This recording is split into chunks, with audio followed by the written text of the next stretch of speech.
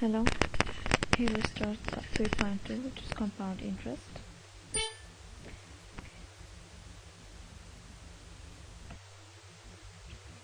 Okay, let's see the first example. It's saying find the value in 10 years time of 1,000 invested at 8% interest compounded annually. First I'll give you the formula for compound interest.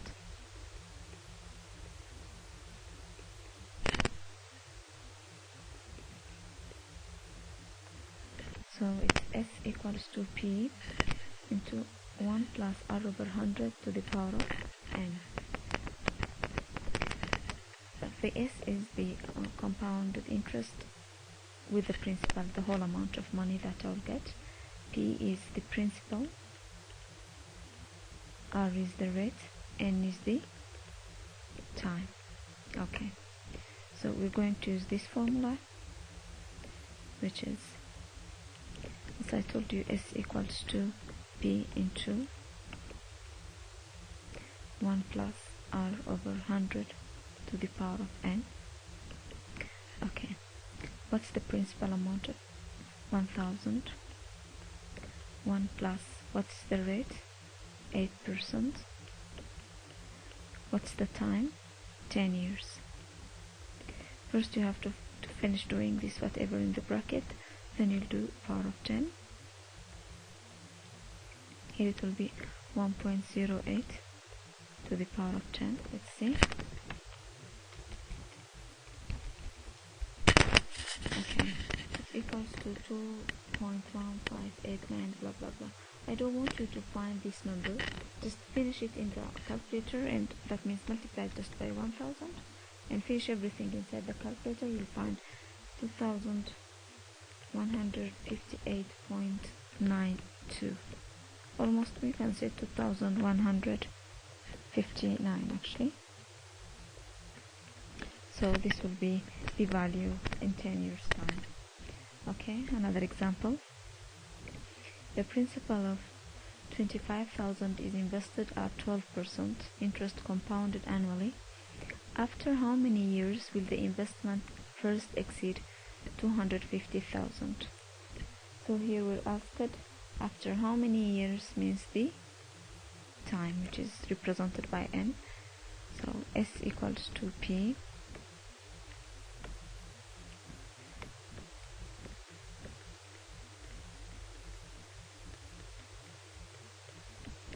I'll plug in now the numbers that I have.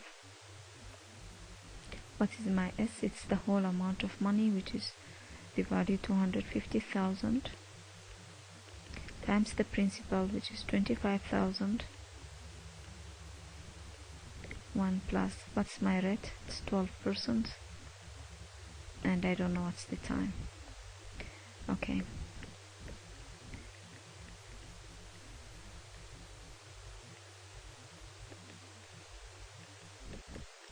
First I'll start with the bracket. 1 plus 12 over 100 is 1.12 to the power of N.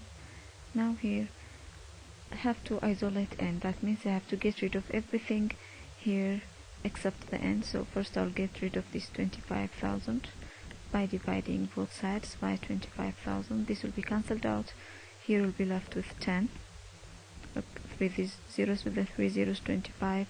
250 by 25, 10 will be left. Here we'll have 1.12 to the power of N. Here, how can you get the value of N? You have to use log. So here will be N log of 1.12 equals to log 10. Here you have to use logarithm. So whenever you have the power is unknown, take the power down and write log, and it must be on both sides, of course. So to find N by itself, to isolate N, you have to divide both sides by the log of 1.12.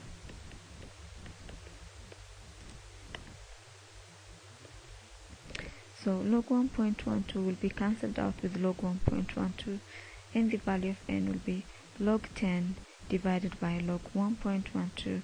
Do everything in the calculator and find the final answer.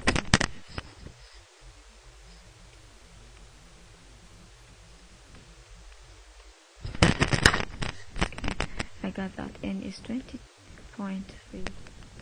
So this will be the answer. And 20.3 years. What does it mean, 20.3 years? Actually, at this timing, when it is 20.3 years, the value will be 250,000, because here I'm using an equality. It will equal to 20.3, and I'm asked about when it will exceed it. So it will exceed it on 20.4, 20.5, but it doesn't look nice to write years with points. So you'll go to the next year easily and say 21 years. After 21 years. Most of my students are asking me, if you're going to round this, why don't you round it to 20 years? Because if it is 20 years, it's not going to be even 250,000. I want it to exceed 250,000. So you have to go to the next year, which is 21 years. And years are supposed to be represented with whole numbers without any points. You could say 20.8 years. Yes, 200.